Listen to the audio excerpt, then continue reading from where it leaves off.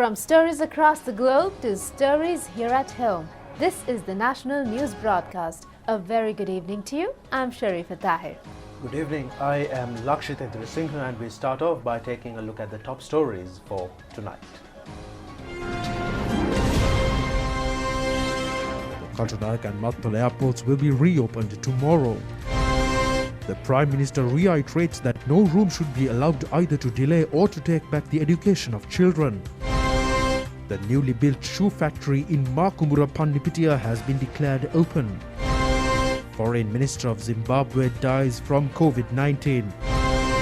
Chairman of the Presidential Task Force Basil Rajapaksa says that the Samurdhi officials should take the forefront in enhancing living standards of the rural community. On to those and other stories in detail, starting off with the top story for tonight. The Katunayaka and Mattala international airports, which have remained closed for a period of nearly 1 year due to the corona pandemic, will be reopened tomorrow. Proper health guidelines will be followed at these airports. The government has decided in March of last year to close down the international airports due to the COVID pandemic. However, the airports had remained opened only for the bringing of Sri Lankan nationals in the overseas as well as for other essential services. The government has decided recently to fully reopen the airports according to the recommendations of the Ministry of Health. A special series of health recommendations have been introduced to foreign tourists arriving in Sri Lanka. A tourist prior to arrival in the country should select through the tourist board website srilankan.travel one out of the 53 hotels named by the tourist board. A fee of $40 will have to be paid via the website as the cost of PCR tests to be conducted in Sri Lanka. If a tourist intends to stay more than 7 days in the island, an additional $40 fee is to be paid. The tourist board also informs that every tourist must pay a sum of $12 as COVID insurance. These recommendations have been made compulsory for dual citizens, tourists and foreigners engaged in local employment. They will be given an air ticket only after fulfilling these conditions.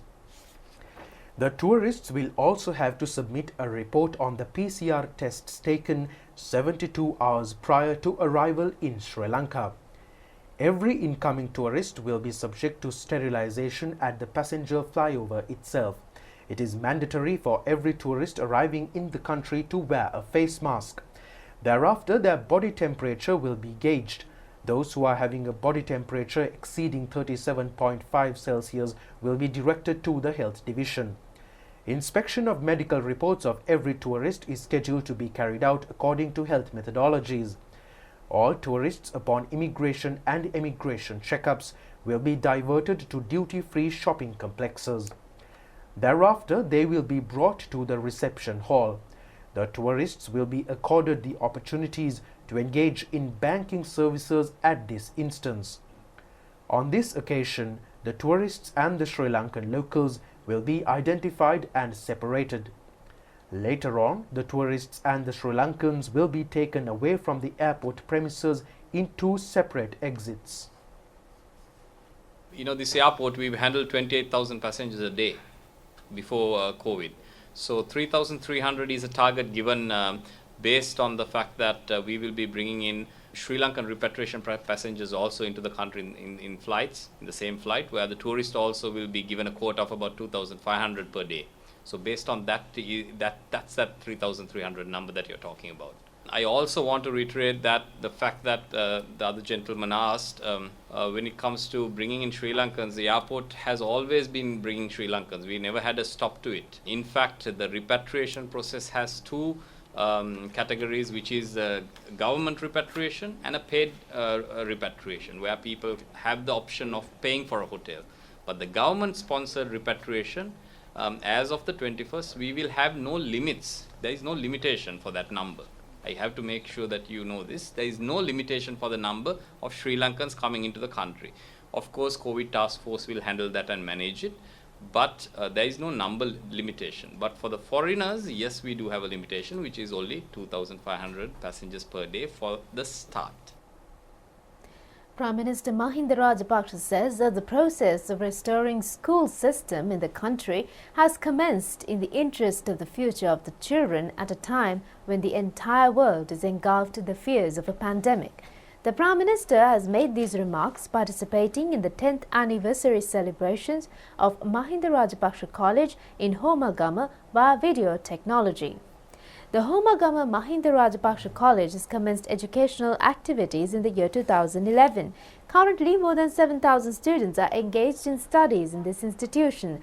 The college was inaugurated under the program to establish 1,000 secondary schools. Minister Bandula Gunawardena, who has given prominence to this concept, played a pioneering role in setting up of the school. The classes begins from grade 5 students. The students who have passed in the scholarship examination appear for the GCE ordinary and advanced level examinations in this college. The Prime Minister has further pointed out that the percentage of passing of students in the GCE ordinary and advanced level in the school is at an extremely high level. He added that students at the Mahinda Rajapaksa College in Homagama have shown their talents in studies as well as in extracurricular activities. Prime Minister Mahinda Rajapaksa said that their aim was to set up 1,000 secondary schools throughout the country. He further said that this was a blessing to parents who were tormented by the concept of popular schools. The Prime Minister also said that the Education Minister has been enlightened to look into schools without basic facilities even today. He added that they have laid the groundwork for educational reforms for the children of the country through the Saubhagya Dakma policy statement. The government is striving to fulfill its duties and responsibilities on behalf of children.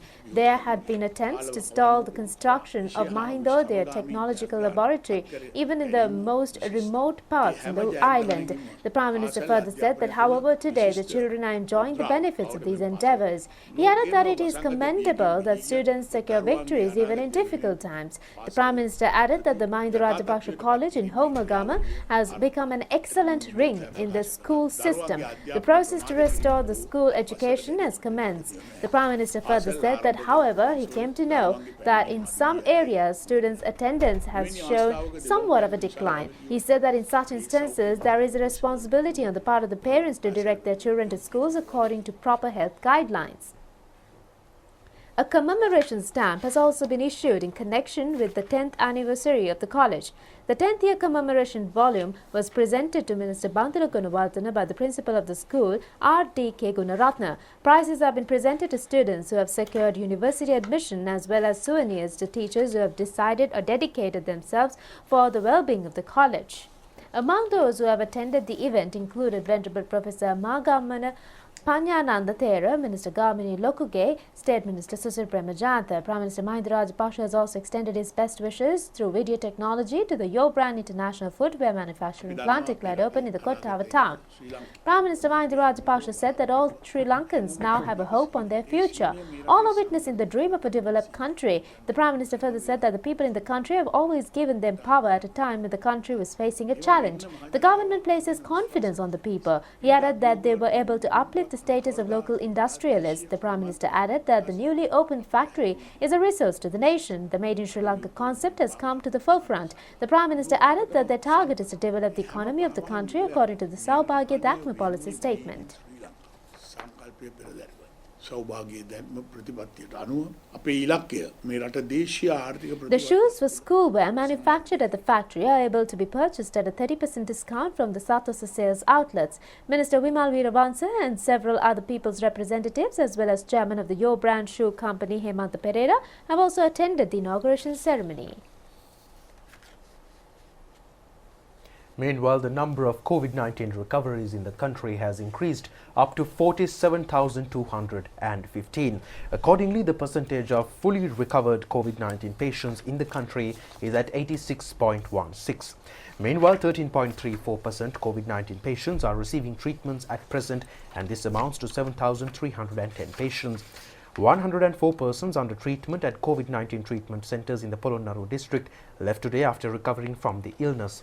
Health Services Director of the Kegol Hospital, Dr. Mihiri Priyangani, said that a further batch of 43 fully cured COVID-19 patients have left the COVID-19 treatment centres in Kegol. A total of 11,986 COVID-19 recoveries have been reported in the country since the beginning of this month. Another 621 COVID-19 recoveries were reported in the country today. Another 379 COVID-infected persons were found today. They are contacts of Paliagoda COVID cluster.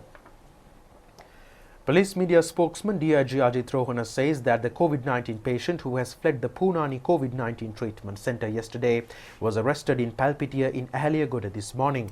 He was detected in a search operation jointly conducted by the Ahaliagoda Police Station and the Ahaliagoda Office of the Medical Officer of Health.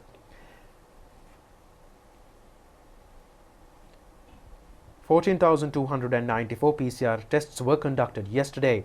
Accordingly, the total number of PCR tests up to now has reached 1,529,583. Meanwhile, another 3 COVID-19 related deaths were reported yesterday. The deceased have been identified as residents from Aranayaka, Colombo 6 and Maligavatta. Meanwhile, travel restrictions imposed on Pattanchur in Vaunia have been lifted. 31 persons who have disregarded health guidelines have been arrested in the past 24 hours, ending at 6 a.m. this morning from areas outside of the Western Province. So far, 2,662 violators of health rules have been arrested. Head of the Presidential Task Force on Economic Revival and Poverty Eradication, Basil Rajapaksa says that the Samurdhi officials should take the initiative in all sectors to enhance living conditions of the rural people. He was addressing a meeting to enlighten managers at the headquarters and officials of the Social Development Division of the Department of Samurdhi in Temple Trees yesterday. Mr. Basil Rajapaksa has also requested the assistance of the Samurdhi Development Department, which is equipped with the community-based financial network and an official mechanism in order to successfully implement the proposals of the Budget 2021 on the rural level. He has also pointed out that the basic objective of this year's budget is to fulfill the basic infrastructure facilities of the rural masses as well as to enhance their sources of income. Head of the Presidential Task Force further said that the Department of Samurdhi Development is being entrusted with a special task in this connection. He has further pointed out that setting up of a domestic market network targeting female youth entrepreneurs selected from Samurdhi families covering all Grama Niladhari divisions is a main objective of the budget proposals. Another aim is to empower villagers with a comprehensive home economy centering on 200,000 Samurdhi families. The program to develop 5,000 villagers, which is to be implemented in parallel to the Gamasamaga Pilisandarak program, provides credit facilities at an annual interest rate of 7% to the needy persons. The chairman has added that another objective is to reduce unemployment through entrepreneur development. Other priorities include establishment of the ownership of a house to those who do not have a house of their own, to safeguard their social lives as well as to provide counseling to women and children to minimize their numerous mental problems, as well as to restore internal coexistence in family units collapsed due to tobacco and narcotic consumption and also due to other various reasons. The budget has allocated a sum of 90 million rupees. The State Ministry on Samurdhi, Domestic Economic, Microfinance, Self-Employment and Entrepreneur Development extends fullest contributions to the program.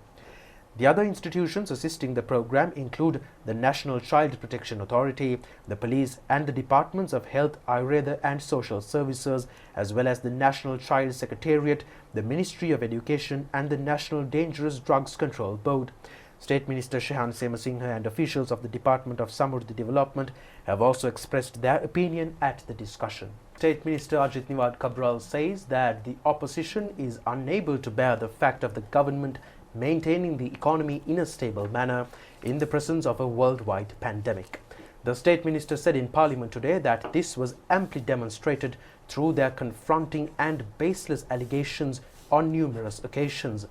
The Parliament has debated today on an adjournment motion on gazette notifications of essential commodity items presented by member Anura Kumara Disanayaka. State Minister Ajit Niwad Kabral said that during the time Harsha De Silva was delivering advice, the rupee was depreciated by 6.7%. There was no COVID pandemic during the period from 2015 to 2019. There was no war either. There was no world financial crisis during the period. The State Minister further said that even in the face of consequences of the COVID pandemic, the rupee value was depreciated by only 2.6%. He added that these two separate instances clearly distinguished the differences between the two regimes. The State Minister further said that during the period of the previous government, a collapse in the stock market had taken place.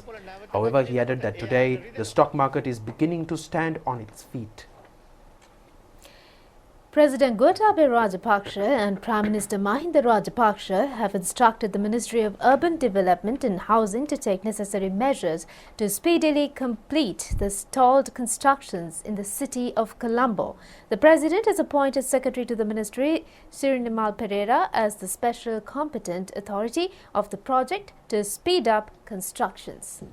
A breakdown in the construction sector was clearly seen during the previous regime. Certain contractors had abandoned building construction, putting the people who have spent money on such projects into difficulties.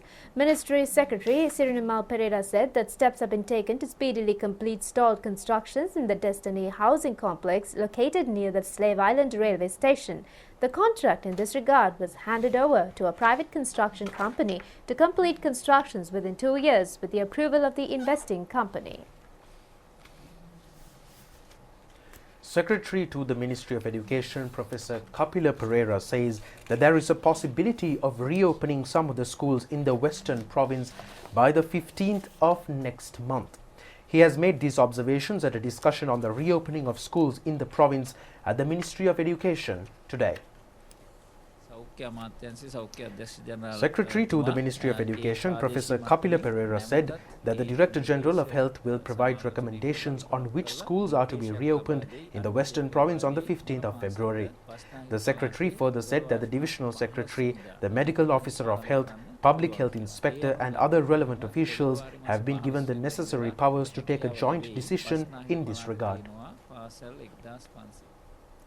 Defence Secretary General Kamal Gunaratne says that it has been decided to commemorate the upcoming National Independence Day ceremony with the participation of a limited number of persons, taking into consideration of the corona pandemic. A discussion in this connection was held at the Independence Square in Colombo today. Commanders of the three armed forces, IGP C.D. Vikramaratne and other government officials have also taken part in the event. Defence Secretary General Kamal Gunaratne said that the number of guests of the ceremony have been restricted, taking into consideration the COVID-19 situation. Restrictions have also been imposed in the participation of security forces personnel and school children in the Independence Day parade. He added that, however, all arrangements have been made not to create any shortcomings and that the gallantry of the nation will be adequately displayed. The Defence Secretary also said that those participating in the parade and those who are engaged in other duties are being subjected to antigen and PCR tests prior to their attendance in the ceremony. He added that therefore that there is no cause for alarm. State Minister Ajit Niwad Cabral says that the government was able to stabilize the currency, sustain the national debt and ensure economic growth through effective measures amidst the prevailing crisis situation in the country. He made these remarks while addressing the 41st National Conference of Chartered Accountants recently. The national conference, organized by the Institute of Chartered Accountants of Sri Lanka, was held in Colombo. The event was inaugurated by State Minister Ajit Niwad Cabral, Chairman of the University Grants Commission, Senior Professor Sampath Amaratunga, and President of CA Sri Lanka, Manil Jayasinghe. This year's theme for the conference was styled as Abnormal, Navigating Through Shattered Norms. Over 2,000 participants, including business leaders and executives from multiple industries, took part in the event, which was conducted via a virtual platform. The inauguration ceremony was held with a limited number of invitees in line with the guidelines issued by the health authorities due to the COVID-19 pandemic. The conference will conclude tomorrow, following 3 days of technical sessions.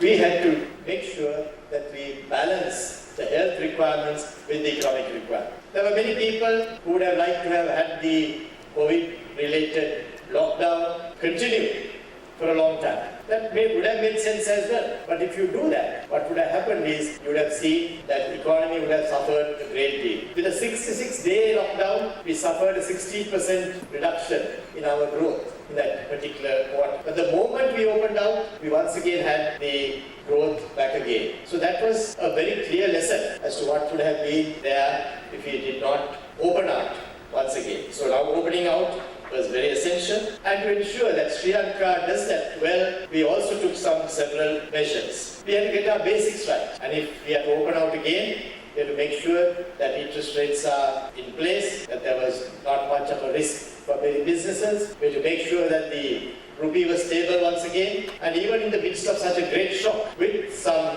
tough measures that we had to introduce, no doubt, we were able to ensure that the rupee stayed stable, our debt was sustainable, that the economy was once again on track.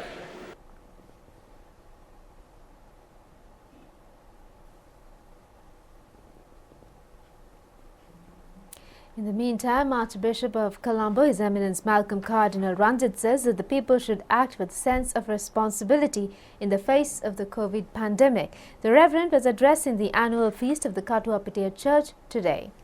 This was the 152nd annual feast of the St. Sebastian's Church, and it was also the second feast conducted after the 2019 Easter Sunday attack.